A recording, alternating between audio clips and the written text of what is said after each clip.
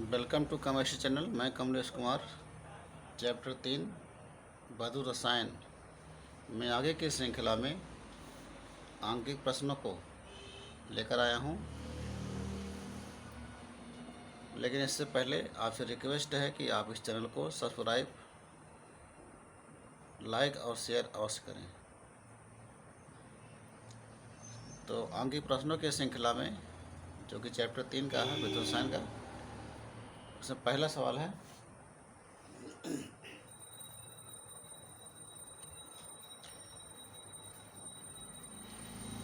Nickel ion oblique nickel electrode के मानक अपचयन electron विभव की गणना कीजिए जबकि सेल Ni निकिल आयन इसकी सांद्रता 1 मोल पर लीटर है। समानांतर कॉपर आयन जिसकी सांद्रता 1 m है ऑब्लिक Cu का सेल विभव 0.59 वोल्ट है। EU copper ion oblique Cu बराबर 0.34 वोल्ट। तो इसको इस तरह से हल करेंगे। पहला आंसर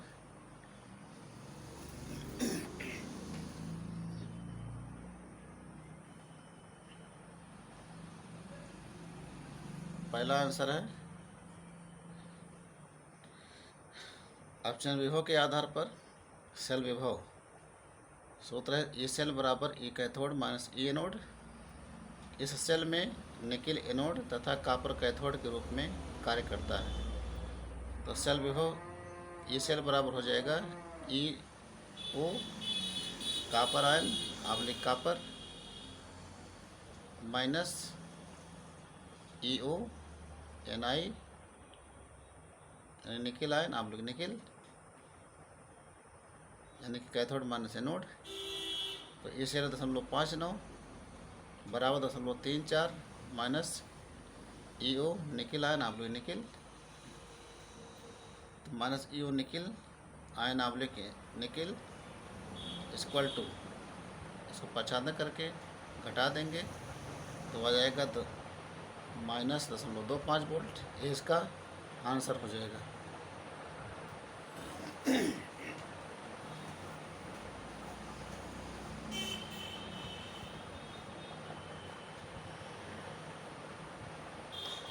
दूसरा क्वेश्चन है यदि कॉपर का इलेक्ट्रोड का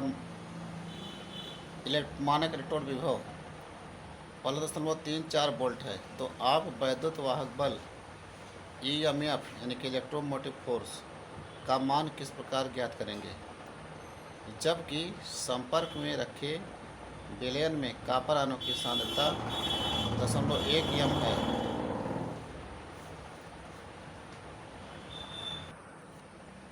यहाँ देखेंगे दूसरा क्वेश्चन का हल। ये अर्धक्रिया दी गई है, यहाँ पर अपचयन हो रहा है।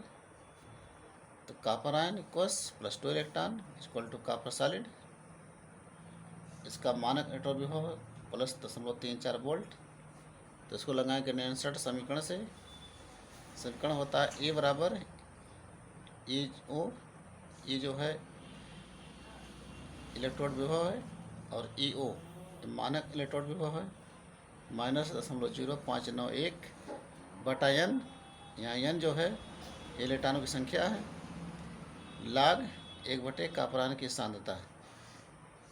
मान रखेंगे यहाँ पर e बराबर 0.34 माइनस 0.0591/2।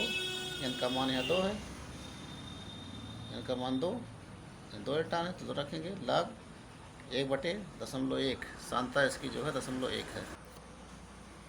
या इसको हल करेंगे e बराबर 10 प्लस 0.34 माइनस 0.02955 गुणे log 10 का मान 1 होता है। तो e बराबर प्लस 0.34 माइनस 0.02955 गुणे 1।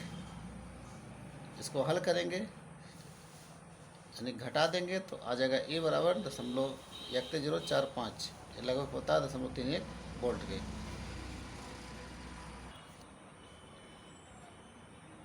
तीसरा क्वेश्चन है, निम्नलिखित सेल के निम्नलिखित समीकरण लिखिए तथा 298 केल्विन पर वैद्युत वाहक बल का परिकलन कीजिए।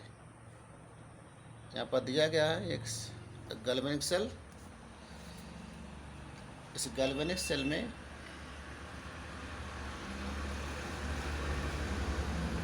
दिया है E बराबर यानी E0 कापर आयन अम्लिक कापर 0.34 वोल्ट तथा EO AG प्लस अम्लिक AG दिया 0.80 वोल्ट। तो इसका हमको ज्ञात करना वैद्युत वाहक बल। तो तीसरे क्वेश्चन को हम इस तरह लगाएंगे। तीसरा क्वेश्चन आपके स्क्रीन पर है। सेल अभिक्रिया हो रही है copper solid plus silver ion equals copper ion equals plus 2Ag solid. इस सेल हेतु निम्नलिखित समीकरण ये सेल बराबर E0 सेल माइनस 2.303 RT बटे NF लाग कॉपर आयन की सांद्रता बटे सिल्वर आयन की सांद्रता घात 2। चूँकि यहाँ पर 2Ag है तो 2 जो है यहाँ पर स्क्वायर हो जाएगा घातों में।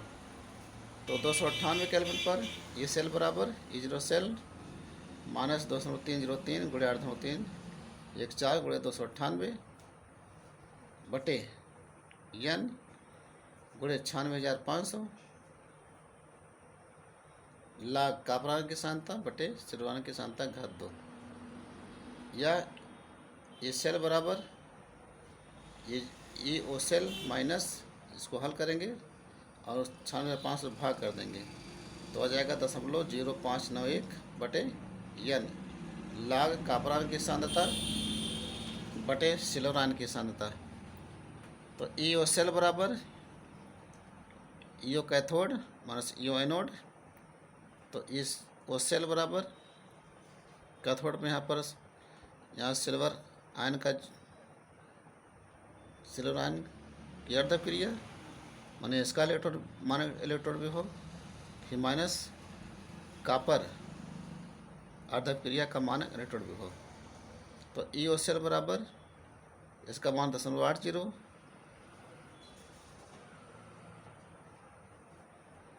इसका मान है 0.80 मान 0.34 तो घटा देंगे तो आ जाए सेल का मान इलेक्ट्रोड विभव आ जाएगा यहाँ पर। यह विद्युत वाहक बल सेल का मान इलेक्ट्रोड विभव यह जाएगा 0.46 वोल्ट। इसके बाद हमको निकालना है अविद्युत वाहक बल। तो दिया है N बराबर 2 इलेक्ट्रॉन क्योंकि कॉपर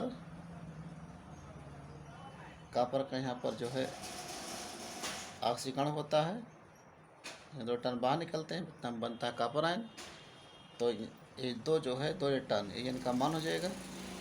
कॉपर आयन की सांद्रता दिया गया 0.130 M और सिल्वर आयन की सांद्रता दी गया 1.0 गुणे 10⁻⁴ M। तो EO सेल का मान समीकरण 1 में रखने पर माने यहाँ जो मान आया था यहाँ पर ये वाला मान हम यहाँ रखेंगे।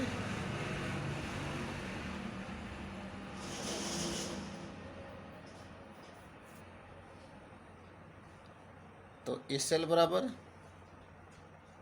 निम्नलिखित समीकरण में EO सेल हो जाएगा 0.46 माइनस 0.0591 बटे 2 लाग 0.130 बटे 1 गुणे 10⁻⁴ की घात 2। तो इन सबको हल करके जो है यहाँ पर हल करने के बाद जो है आ जाएगा इसका मान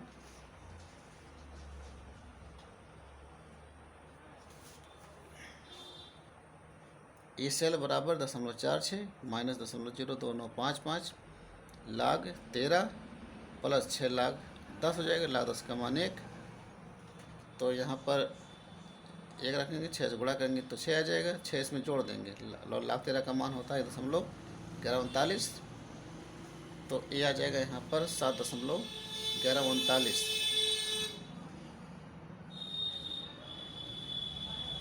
7.1139।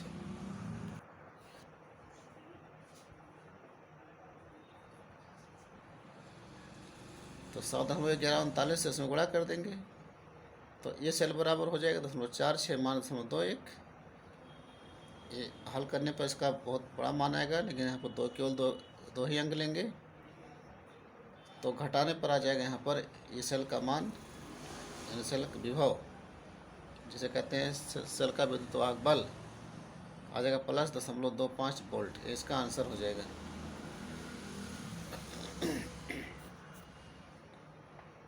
चौथा क्वेश्चन, निम्नलिखित सेल अभिक्रिया का 298 केल्विन पर विभव परिकलित कीजिए। यहाँ सेल अभिक्रिया दी गई है। इस सेल का मानक विभव 0.89 वोल्ट है। यदि सेल में स्टेनस आयन की सांद्रता बढ़ाई जाए तो क्या सेल विभव का मान बढ़ेगा अथवा घटेगा?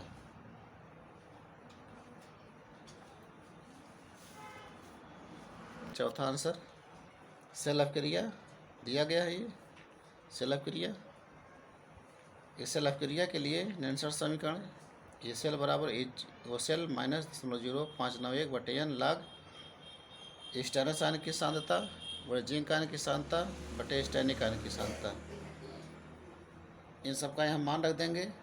ये जो सेल का मान 0.89 है, n का मान है 2, तो चूँकि यहाँ पर 2 जब ऑक्सीकरण हो रहा है, ऑप्शन हो रहा है तो 2 इलेक्ट्रॉन निकल रहे हैं या तो ग्रहण हो किया जा रहा है, तो n का मान 2 हो जाएगा, यानी कि 2 इलेक्ट्रॉन। स्टेनस आयन की सांद्रता 0.5 और जिंक आयन की सांद्रता 1, स्टेनिक आयन की सांद्रता 0.50। तो यहाँ पर जो लाग वाला मान इसको हल कर लेंगे तो आ जाएगा यहाँ पर लाग 1/3, इसको ले सकते हैं हम लाग 1 माइनस लाग 3, और बाकी मान को यहाँ वैसे का वैसे उतार लेंगे। तो ये सेल बराबर 0.89 माइनस 0.02955 गुणे यहाँ पर आ जाएगा लाग 3 का मान रखेंगे।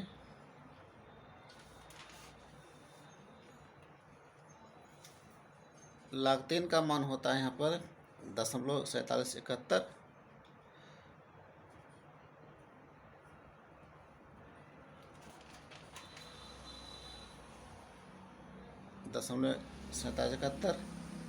से 0.02955 गुणा कर लेंगे तो आएगा 0.0141 आएगा इसका बड़ा मान गुणा करने पर, लेकिन इसका मान रखेंगे 0.0141 केवल। तो दोनों को जोड़ने पर यहाँ ये सेल का मान आ जाएगा बराबर 0.9041 वोल्ट। इसका आंसर हो जाएगा। इसके बाद पांचवा क्वेश्चन यहाँ पर है, एक सेल जिसमें निम्नलिखित अभिक्रिया होती है। तो सेल दिया गया है, क्रिया हो रही है। जो फेरिक आयन का अपचयन होता है फेरस आयन में, और आयोडाइड आयन का ऑक्सीकरण होता है आयोडीन ठोस में का 298 ताप पर ओ सेल बराबर 0.236 वोल्ट है। अभिक्रिया की मानक गिब्स मुक्त ऊर्जा एवं साम्य स्थिरांक की गणना कीजिए। पांचवा क्वेश्चन हल करेंगे। मानक गिब्स मुक्त ऊर्जा डेल्टा जी ओ बराबर -n EO F, जहाँ n स्थानांतरित इलेक्ट्रॉन संख्या 2 है, अर्थात 2i = i2। यहाँ 2 इलेक्ट्रॉन दिखाया गया है, इसका ऑक्सीकरण होता है, 2 इलेक्ट्रॉन बाहर निकलता है। तो सेल का मानक सेल विभव EO बराबर दिया गया 0.236 वोल्ट। F फैराडे स्थिरांक है, यानी 1 फैराडे बराबर 6500 कूलाम प्रति मोल। तो गिब्स मुक्त ऊर्जा, मानक गिब्स मुक्त ऊर्जा डेल्टा जी ओ बराबर -2 गुणे 0.236। यहाँ पर इसको मान रख देंगे। n का मान 2, E का मान 0.236, F का मान 6500 कूलाम। इसको हल करेंगे तो हल करने पर आएगा डेल्टा जी ओ का मान -45.55 किलो जूल प्रति मोल। ये पहला आंसर आ जाएगा। दूसरे आंसर का ये सूत्र है डेल्टा जी ओ बराबर -2.303 RT लाख के। यहाँ हमको के का मान निकालना, सामिस्त्रांक, जहाँ के सामिस्त्रांक है, आर गैस स्थिरांक जिसका मान 8.314 जूल प्रति केल्विन प्रति मोल होता है, और टी बराबर 298 केल्विन। तो यहाँ जो सूत्र है, इस सूत्र में मान रखेंगे डेल्टा जी ओ का मान या जी जीरो का मान -45,548 बराबर -2.303 गुणे 8.314 और टी का मान 298 लाख के। तो लाख के बराबर यहाँ गुणा कर लेंगे तो आ जाएगा 45,548 बटा, और सॉरी गुणा कर लेंगे यहाँ पर नीचे, यहाँ लाख के का मान आएगा जो है, लाख के का मान 45,548 बटे 57,05.85। तो लाख के बराबर भाग कर देंगे 7.9826। इसका एंटीलाग लेंगे, एंटीलाग लेने पर के बराबर एंटीलाग 7.9826। 9826 का मान होता है 9.610 और 7 है तो गुणे 10 का 7 हो जाएगा। इसका आंसर होगा। छठा क्वेश्चन है, यहाँ पर सेल ऑफ क्रिया दी गई है। इस सेल ऑफ क्रिया के लिए ईओ सेल 0.89 वोल्ट है। इस ऑफ क्रिया के लिए डेल्टा जी ओ यानी मानक गिब्स मुक्त ऊर्जा की गणना कीजिए।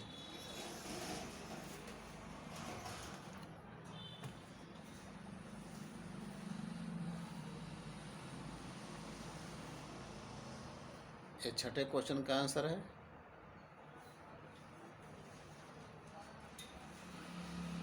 जैसे और सवाल लगाया गया है वैसे इसको भी आप लगा सकते हैं देख करके। यहाँ पर 6 इलेक्ट्रॉन है, मान रख करके जो हल कर लेंगे तो आ जाएगा इसका आंसर डेल्टा जी ओ का मान -515.310 किलो जूल प्रति मोल। यहाँ पे इनका मान 6 है और 0.89 जीरो का मान है, एक का मान जानते हैं सब लोग 4,500 जूल प्रति मोल। 7वां क्वेश्चन है, निम्न सेल, यह सेल दिया गया है, से प्राप्त अधिकतम ऊर्जा की गणना कीजिए। यदि जिंक आयन ऑब्लिक जिंक का मानक इलेक्ट्रॉन विभव इतना है और copper ion oblique copper ion का इलेक्ट्रॉन विभव इतना है, तो इसको हम इस तरह से हल करेंगे। 7वां, यह सेल दिया गया है, जिंक ऑब्लिक जिंक आयन जिसकी सांद्रता 1 मोल है, 1 मोल पर लीटर, समानांतर कॉपर आयन जिसकी सांद्रता 1 मोल पर लीटर ऑब्लिक कॉपर के लिए सेल अभिक्रिया एनोड पर अभिक्रिया हो रही है ऑक्सीकरण की, यानी जिंक का ऑक्सीकरण होता है जिंक आयन में, 2 टन बाहर निकलते हैं। और कैथोड पर, यहाँ पर रहेगा कैथोड पर,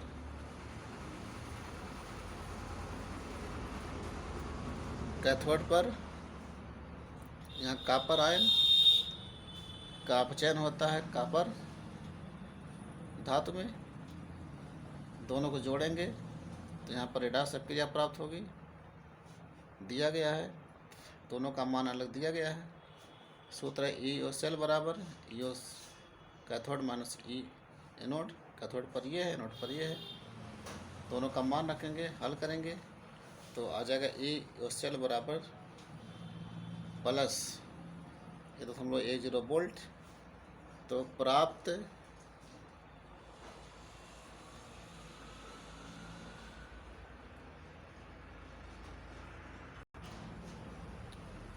अधिकतम ऊर्जा या कार्य बराबर एन ई 0 गुणे एफ। तो एन का मान 2 टन यहाँ पर बाहर निकल रहे हैं या तो ग्रहण किए जा रहे हैं।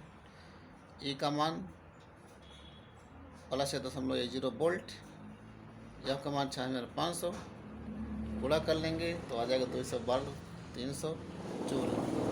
इसको बनाएंगे किलो जूल में, अथवा हो जाएगा 212.3 किलो जूल, यानी इसमें 1000 से भाग कर देंगे तो इसका आंसर आ जाएगा किलो जूल में। 8वां क्वेश्चन है, निम्नलिखित गैल्वेनिक सेल का मानक इलेक्ट्रोड विभव ज्ञात कीजिए। ये सेल दिया गया है, दोनों का मान दिया गया है, इससे मानक गिब्स मुक्त ऊर्जा डेल्टा आर G0 और साम्यावस्था स्थिरांक Kc का मान ज्ञात करना है। तो 8वां सवाल इस तरह लगाएंगे जैसे और सवाल लगाया गया, देख लीजिए। एनोड पर ऑक्सीकरण होता है और कैथोड पर अपचयन होता है, दोनों जोड़ लेंगे, ड्राई सक्रिया आ जाएगी। फिर जो सेल दी गई, अर्धसेल दिया गया, उसका मान दिया गया है। सूत्र है E0 सेल बराबर E0 कैथोड, चाहे 0 कहिए चाहे EO कहिए, माइनस E0 एनोड। तो इस पर मान रख देंगे, हल कर लेंगे तो आ जाएगा E0 सेल का मान प्लस 0.34 वोल्ट। मानक गिब्स मुक्त ऊर्जा ज्ञात करेंगे, इसको दिखाते डेल्टा G0 से या डेल्टा G0 से। तो सूत्र बराबर -NEOF। तो यहाँ पर 6 इलेक्ट्रॉन बाहर निकलने हैं या ग्रहण किए जा रहे हैं, तो N का मान हो जाएगा 6, तो हो जाएगा -6 × 0.34 × 6500। हल कर लेंगे तो आंसर आ जाएगा -1,96,860 जूल प्रति मोल।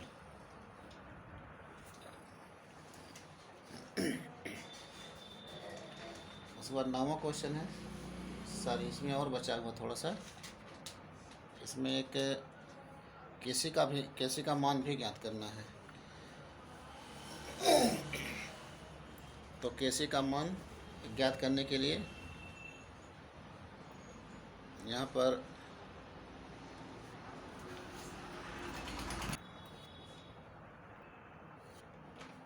Kc का मान ज्ञात करने के लिए यहाँ R का मान इतना होता है और T का मान 298 केल्विन। तो सूत्र ये पुराना सूत्र है जिसे पहले लगाया था हमने, उस सूत्र पर मान रख देंगे। मान रखने के बाद हल करेंगे, फिर एंटीलॉग निकाल लेंगे। एंटीलॉग निकालने के बाद Kc का मान आ जाएगा 3.174 × 10⁻34।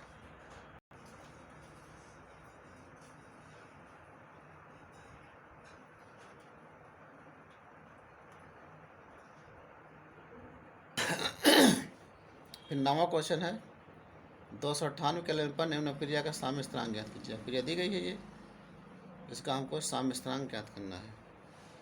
तो 9वां क्वेश्चन भी इसी तरह से लगा लेंगे जैसे हमने अपने 8वां क्वेश्चन लगाया था।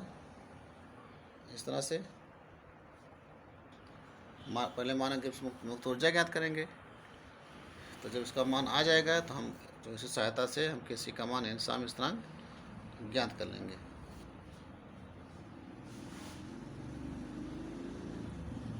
Kc का मान आएगा log Kc। उसके बाद इसका एंटीलॉग लेंगे, एंटीलॉग लेने पर Kc का मान आ जाएगा 6.667 × 10⁻10। 10वां क्वेश्चन है, 298 केल्विन ताप पर 0.20 m पोटेशियम क्लोराइड विलयन की चालकता 0.0248 सीमेंस प्रति सेंटीमीटर है, इसकी मोलर चालकता ज्ञात कीजिए। तो 10वां क्वेश्चन हल करेंगे इस तरह से।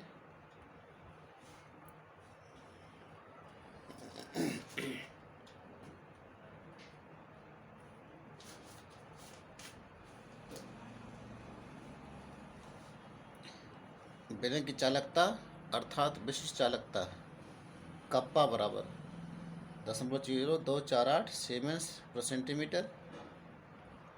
विलयन की मोलरता दी गई है 0.20 m। तो मोलर चालकता एंट्रोपी m बराबर 1000 × कप्पा बटे m। यहाँ के का मान रख देंगे तो हो जाएगा 1000 × 0.0248 और बटे m का मान रखें 0.20। हल करने पर यह आएगा 124 सीमेंस सेंटीमीटर स्क्वायर प्रति मोल, इसका आंसर होगा। 11वां क्वेश्चन है, किसी 10.5 m वैद्युत अपघट्य का सेल में प्रतिरोध 300 ओम है यदि सेल में इलेक्ट्रोड 2.2 सेंटीमीटर दूर हो तथा इसका क्षेत्रफल 3.8 सेंटीमीटर है तो विलयन की मोलर चालकता ज्ञात कीजिए।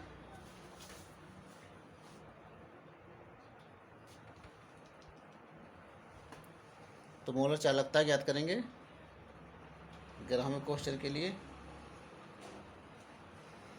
ग्राहक क्वेश्चन के लिए सेल स्थिरांक हम निकालेंगे। पहले उत्तर लंबाई बटे क्षेत्रफल यानी L बटे A।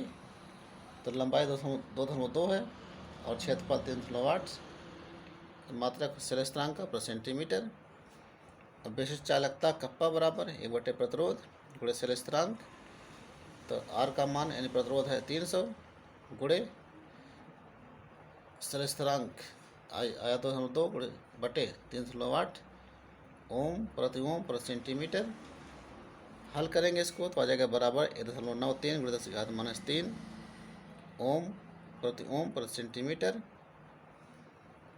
इसलिए 10.5 यम के विद्युत अपघट्ट की मोलर चालकता एंट्रापी यम बराबर 1000 गुणे कप्पा बटे यम। इसका मान रखेंगे। मान रखने के बाद जो हल करेंगे तो आएगा एंट्रापी यम का मान आएगा मोलर चालकता आ जाएगी 18.3 गुणे 10⁻² प्रति ओम सेंटीमीटर स्क्वायर प्रति मोल।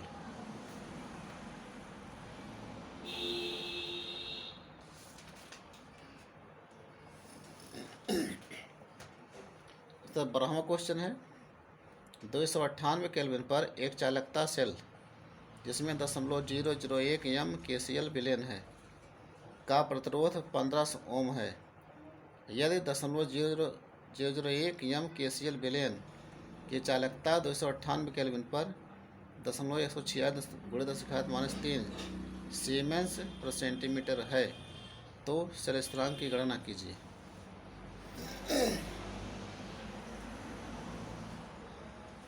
तो यहाँ पर बराबर क्वेश्चन देखेंगे।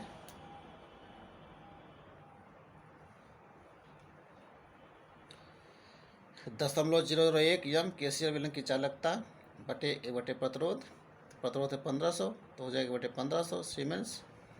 तो 0.001 यम KCl विलयन की विशिष्ट चालकता बराबर 0.146 गुणे 10⁻³ सीमेंस प्रति सेंटीमीटर। इसलिए विशिष्ट चालकता यानी कि कप्पा बराबर चालकता गुणे चालकता सेल का सेल स्थिरांक। तो विशिष्ट चालकता यहाँ पर आ जाएगा जो है 0.146 गुणे 10⁻³ ये जो मान आया है बराबर चालकता है 1 बटे 1500 आया है गुणे सेल स्थिरांक हमको ज्ञात करना है। तो सेल स्थिरांक बराबर हो जाएगा, इसको तिरछा गुणा करके प्रच्छादन कर लेंगे। हल करेंगे आएगा 0.219 प्रति सेंटीमीटर है इसका आंसर हो जाएगा। इस वीडियो में बस यहाँ तक। आशा करते हैं वीडियो आपको पसंद आया होगा। कृपया इस चैनल को सब्सक्राइब अवश्य करें। धन्यवाद।